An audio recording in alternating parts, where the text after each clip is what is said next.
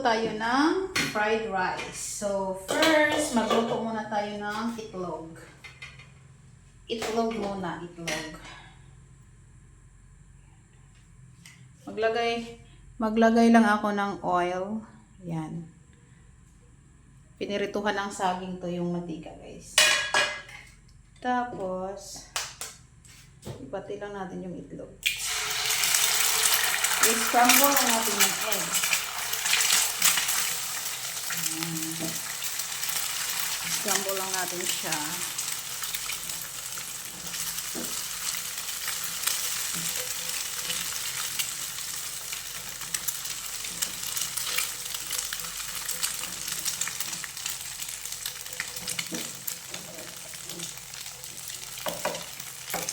And then, hanguin lang natin to.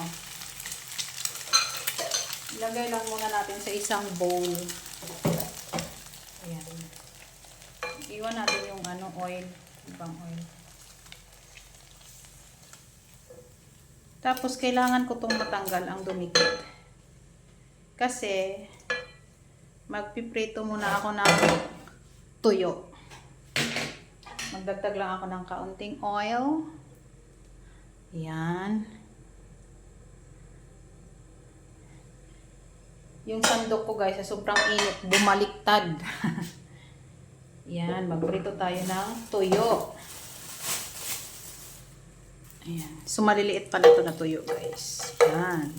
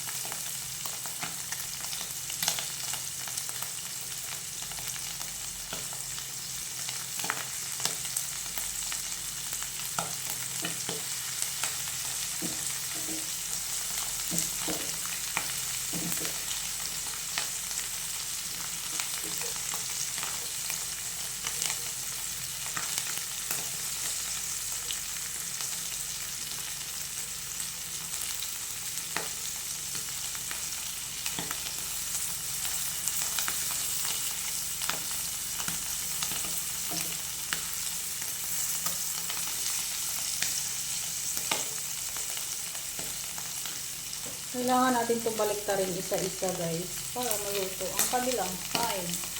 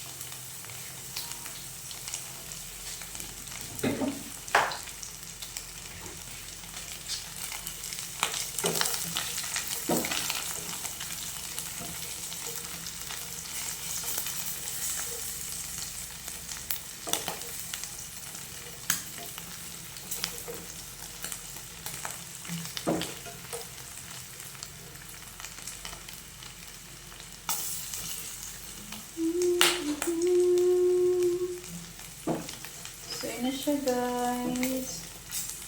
So okay na to, hanguin ko lang to.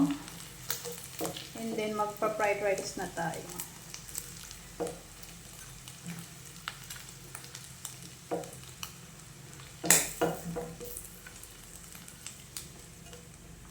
Ayan, para hindi masayang yung ating oil, guys, ang gagamitin natin mantika is ito rin. Para may lasang tuyo yung ating kain. So first, mag-isa lang tayo ng garlic. Ayan tayo ng garlic.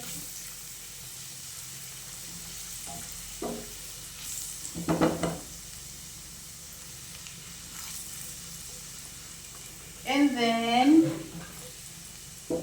meron akong kaunting sesame dito. Gulay siya. Para may ano yung natin. And then, ilagay na rin natin yung kanin. Sabay. Sabay na rin natin.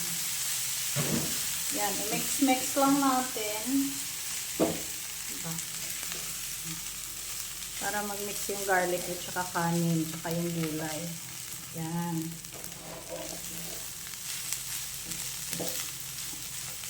And then, ilagay na rin natin yung ating piniritong itlog.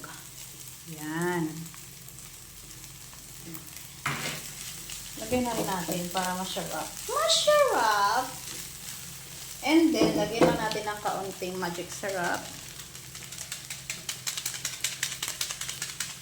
Yan. And, kaunting oyster sauce lang. Hindi na natin masyadong alatin kasi may tuyo tayo. So, ayan. Okay na yan. Para may lasa lang siya, guys. Yan. Masarap na to, guys. Busog na tayo dito. Ganyan lang kadali magluto ng fried rice. Diba? Mikos-mikos lang. Mekos-mekos. So, okay na to, guys. Pwede na tayong kumain.